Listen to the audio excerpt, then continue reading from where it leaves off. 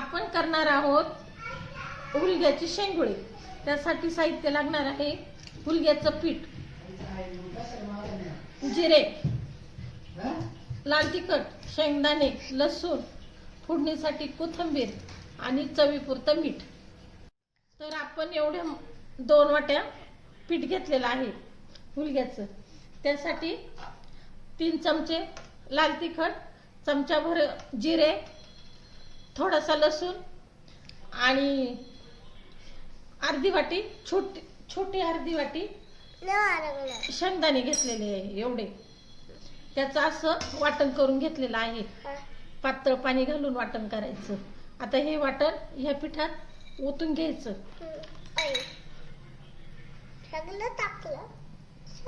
आमची चुलबुली खूप मध्ये मध्ये करते, काम करायला लागलं तर करूनच देत नाही। मला करायचं सारखं तिचं चालू असतं। बघा आत्ता पण ती चमचा घेऊन बसलेली आहे पीठ भिजवायला। पीठ खूप घट्ट पण नाही करायचं आणि खूप पातळ पण नाही करायचं, मीडियम करायचं। मऊसूत असं पीठ मळलं तर शेंगुळी शिजायला लवकर शिजतात, कडक नाही होती। नको टाकू, कडक नाही होती, मग ते सॉफ्ट होतात छान आणि चव पण चांगली लागते। हे आपलं पीठ मळून तयार झालेलं आहे। असं पीठ मळायचं, हे बघ सहज असं बोट गेलं पाहिजे असं पीठ। आपलं पीठ तयार झालेलं आहे। आता आपण शेंगुळी करणार आहोत। थोडासा तेलाचा हात लावला तरी पण चालतं। आपण त्याला थोडंसं तेल टाकूया।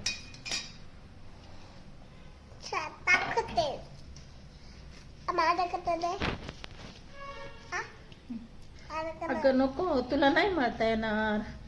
मला दे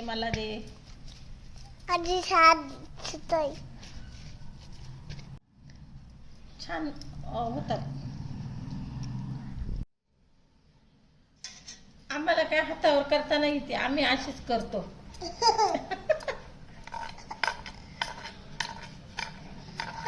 आपण अशा पद्धतीने शेंगुळी तयार करून घेतलेली आहेत। आता त्याला फोडणी द्यायची आणि असं थोडंसं पीठ ठेवायचं, त्यात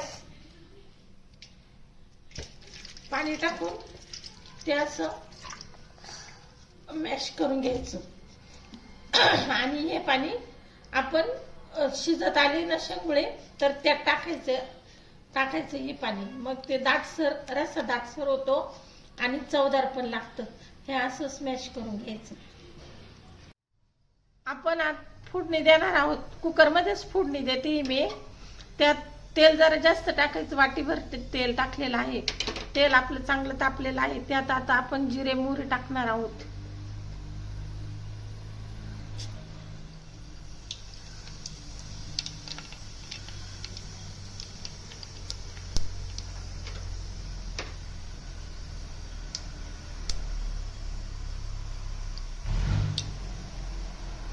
त्यात टाकणार आहोत लसूण। ह्या भाजीला लसूण जास्त लागतो। लसूण लालसर होईपर्यंत परतून द्यायचा। आता त्यात टाकणार आहोत कोथिंबीर पण भरपूरच लागते त्याला।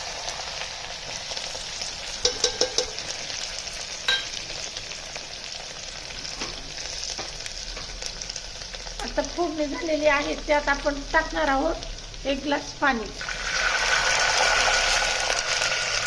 अजून थोडंसं टाकू, 1.5 ग्लास पाणी टाकू।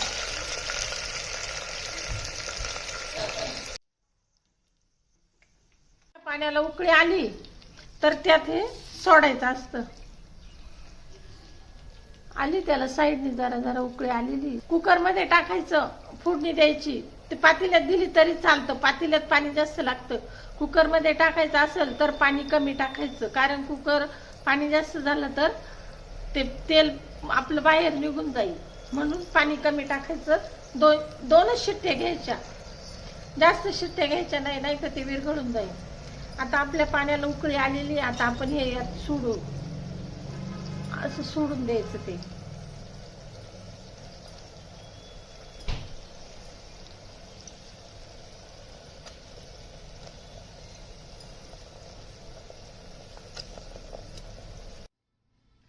1.5 ग्लास पाण्यामध्ये अशा पद्धतीने झाली आपलं शिजलेलं आहे कुकरमध्ये.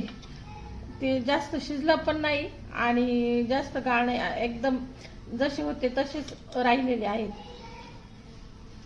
शिजायला टाकल्यावर ते जास्त हलवायचं नसतं, एकदम तसंच ठेवायचं असतं. आता आपण हे पीठ ठेवलं होतं ते पाणी टाकणार आहोत त्यात आणि परत एक उकळी घेणार आहोत. आता तुम्हाला किती रस्सा पाहिजे त्या पद्धतीने तुम्ही पाणी टाकायचं आहे. त्याला हलवायचं नाही अजिबात, डायरेक्ट आपण ताटात वाढून घेऊ त्यावेळेस त्याला चमचा टाकायचा, तोपर्यंत चमचा टाकायचाच नाही त्यात. अशा पद्धतीने आपले शेंगोळे खाण्यासाठी तयार झालेले आहेत. अशाच नवनवीन रेसिपी बघण्यासाठी आणि आपल्या गावाकडच्या रेसिपी बघण्यासाठी, कमी साहित्यात छान छान रेसिपी बघण्यासाठी तुम्ही चॅनलला सबस्क्राईब करा.